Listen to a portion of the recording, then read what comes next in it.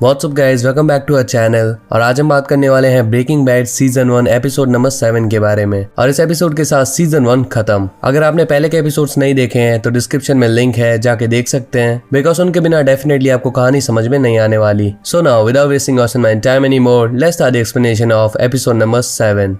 Episode start होता है एक स्कूल मीटिंग के साथ। ये मीटिंग वॉल्ट के स्कूल में होती है, जिसमें स्कूल स्टाफ, टीचर्स और पेरेंट्स भी आए होते हैं। मीटिंग में स्कूल कंसर्न बताता है रीसेंट एक्टिविटीज के बारे में, जिसमें स्कूल की लैब से इन्वेंट्री गायब हुई है और हुगो को इसके लिए अरेस्ट किया गया है। वहीं हमें वॉल्ट को बहुत डिफरेंट दिखाया जाता है। वो इतनी सीरियस सिचुएशन में स्काइलर को फिंगरिंग कर रहा होता है। फिर मीटिंग खत्म होती है एंड हम वॉल्ट और स्काइलर को कार में इंटीमेट होते हुए देखते हैं। नेक्स्ट मॉर्निंग वॉल्टर जेसी के घर पे आता है और वो देखते हैं कि एक ब्रोकर किसी फैमिली को जेसी का घर दिखा रही होती है सेल के लिए। जेसी होता है आरवी में और वॉल्ट उसके पास जाता है। वॉल्ट जेसी से पूछता है कि अब तुम कैसे हो, क्या तुम पहले से बेटर फील कर रहे हो? तो जेसी उसे बताता है कि वो अभी कुछ खास अच्छा फील नहीं कर रहा। वॉल्ट जेसी से पूछता है कि तुम ये घर क्यों सेल कर रहे हो? तो वो उसे बताता है कि जिस घर में 2 बॉडी मेल्ट की गई हो, मैं वहां नहीं रह सकता। ये घर मुझे हॉन्टेड लगने लगा है। फिर जेसी वॉल्ट से पूछता है तुम टूको के पास नहीं गए ना? तो वॉल्ट उसे उसके शेयर के पैसे देता है 17.5K और 15K वो अलग से देता है टूको ने जो उसे फिजिकल डैमेज किया उसके लिए। जेसी बिल्कुल शॉक हो जाता है और वो पूछता है कि टूको ने तुम्हें ये पैसे खुद दिए,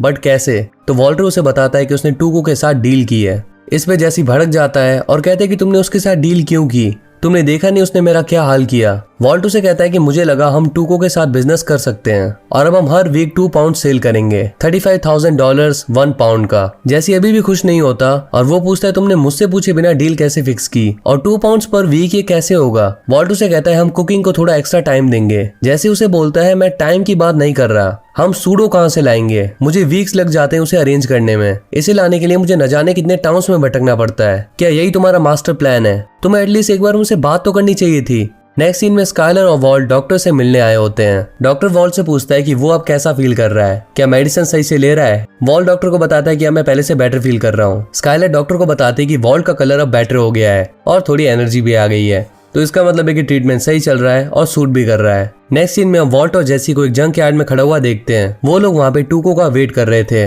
वो दोनों बात कर रहे होते हैं और तभी टूको वहाँ पे एक ब्लैक कार में 2 बंदों के साथ आता है। टूको जेसी को सॉरी बोलता है अपने पहले के बिहेवियर के लिए। फिर वो हाइजनबर्ग यानी कि वॉल्ट से बोलता है कि चलो अब जल्दी से मुझे मैथ दो। जब वॉल्ट उसे मैथ देता है तो वो बहुत कम होती है, 0.53 पाउंड्स। टूको वॉल्ट से बोलता है कि तुमने मुझे 2 पाउंड्स का बोला था और तुम मुझे ये दे रहे हो। तो वॉल्ट बताता है कि उन्हें कुछ प्रोडक्शन प्रॉब्लम आ रही है। टूको वॉल्ट को 17.5K डॉलर्स देता है एंड कहता है ये मेरा टाइम वेस्ट करने के लिए। वॉल्ट टूको को बोलता है कि उसे पूरे 70 ग्रैंड चाहिए। वो कहता है कि तुम्हें हमारा प्रोडक्ट अच्छा लगा और तुम्हें और चाहिए, तो थोड़ा कैपिटल इन्वेस्ट करना होगा।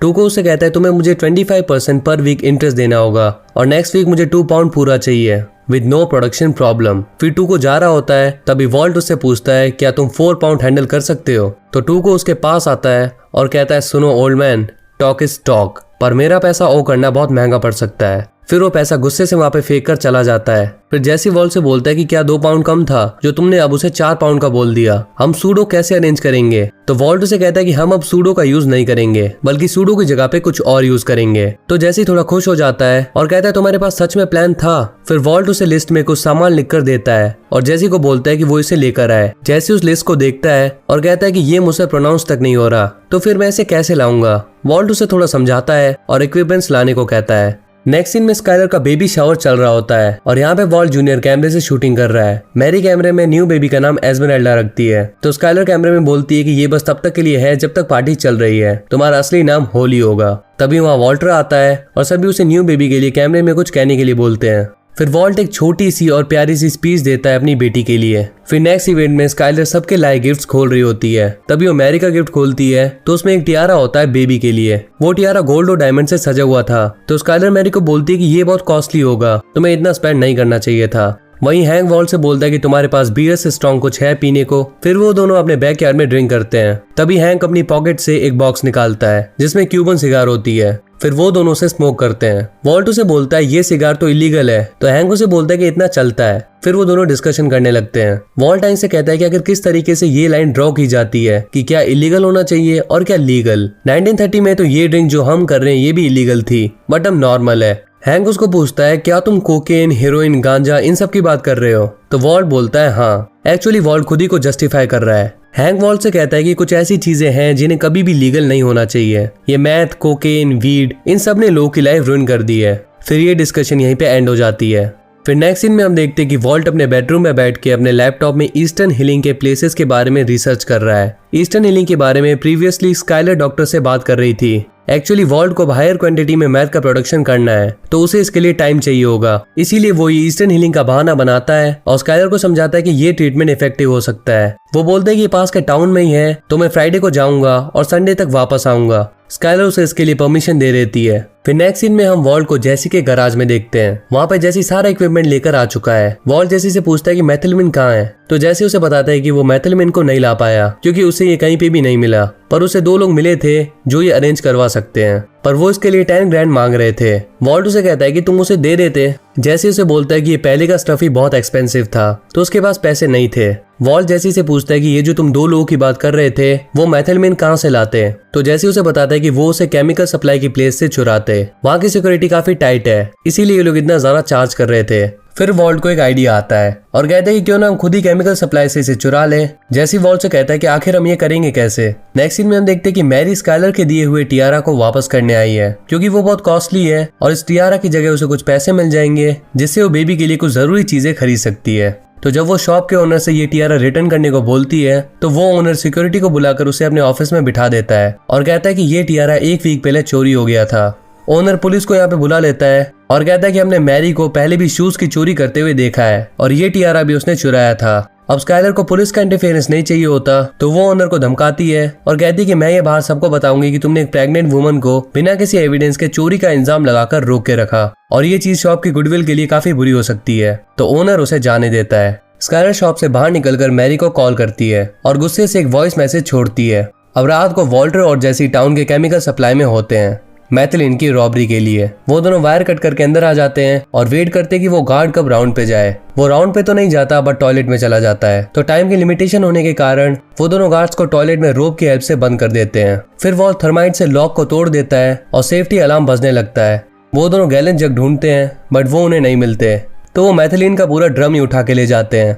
नेक्स्ट मॉर्निंग वॉल्ट और जेसी आरवी को स्टार्ट करने की ट्राई कर रहे होते हैं और वो देखती कि आरवी के इंजन कंपार्टमेंट में से धुआं निकल रहा है, तो वो डिसाइड करते हैं घर के बेसमेंट में कुकिंग स्टार्ट करने का क्योंकि ऑलरेडी उनके पास टाइम बहुत कम है। वो पूरा सेटअप रेडी करते हैं और कुकिंग स्टार्ट करते हैं। अब जेसी ने अपनी प्रॉपर्टी को सेल करने के लिए रखा है, तो कुकिंग करते टाइम ब्रोकर कुछ विजिटर्स को लेकर आ जाती है क्योंकि उसने जेसी का मैसेज नहीं देखा जिसमें जेसी ने उसे आ जाने के लिए मना किया था। अब नीचे बेसमेंट में वो लोग कुक कर रहे हैं और ऊपर विजिटर्स घर देख रहे हैं। वॉल्ट जेसी को बोलता है कुछ भी करके किसी को नीचे मत आने देना। जेसी बेसमेंट के गेट पर ही खड़ा रहता है। फिर एक आदमी बेसमेंट के गेट को पुश करने लगता है और जेसी के मना करने के बाद भी वो नीचे आने की जिद करता है, तो जेसी गुस्से में बाहर आकर उन सभी को भगा देता है और कहता है कि मेरी प्रॉपर्टी है, मुझे इसे सेल नहीं करना। नेक्स्ट सीन में हमें मैरी और स्काइलर को एक शॉप में दिखाया जाता है। मैरी स्काइलर का वॉइस मैसेज सुनने के बाद उसे इग्नोर करती है। स्काइलर उसके वर्क प्लेस पर भी गई थी, वहाँ से भी मैरी बैक डोर से उससे बिना मिले चली गई। मैरी एक्सेप्ट ही नहीं करती कि उसने टियारा चोरी किया है, तो जब मैरी उससे अच्छे से बात नहीं करती और अपनी मिस्टेक एडमिट नहीं करती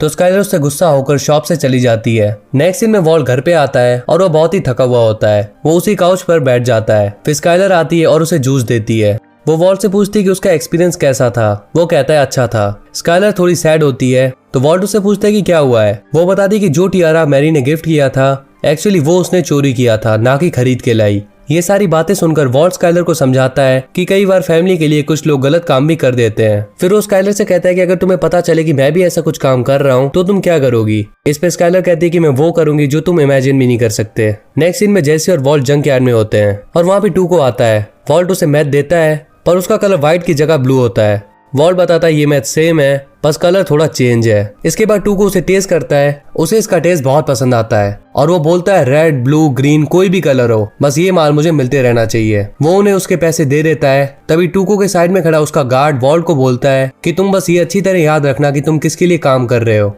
तो टूको को ये बात पसंद नहीं आती कि कोई उसके लिए बोल रहा है, तो वो उसे बुरी तरह पीट के नॉकआउट कर देता है। ये देखकर वॉल्ट और जेसी बुरी तरह डर जाते हैं। फिर टूको दूसरे गार्ड को बॉडी कार के अंदर डालने के लिए कहता है और इसके बाद वो यहाँ से चला जाता है। एंड यहीं पे एपिसोड नंबर 7 और सीजन 1 खत्म हो जाता है। तो फाइनली हमारा सीजन 1 तक का सफर खत्म होता है और बहुत ही जल्द हम सीजन 2 पे भी काम शुरू करेंगे। फिलहाल तो आपके लिए बहुत सारी अमेजिंग सी वेब सीरीज आ रही है ओनली ऑन दिस चैनल। आप उन सभी को चेकआउट करें, डेफिनेटली आपको बहुत मजा आएगा। तो अब टाइम है वीडियो को यहीं पे एंड करने का।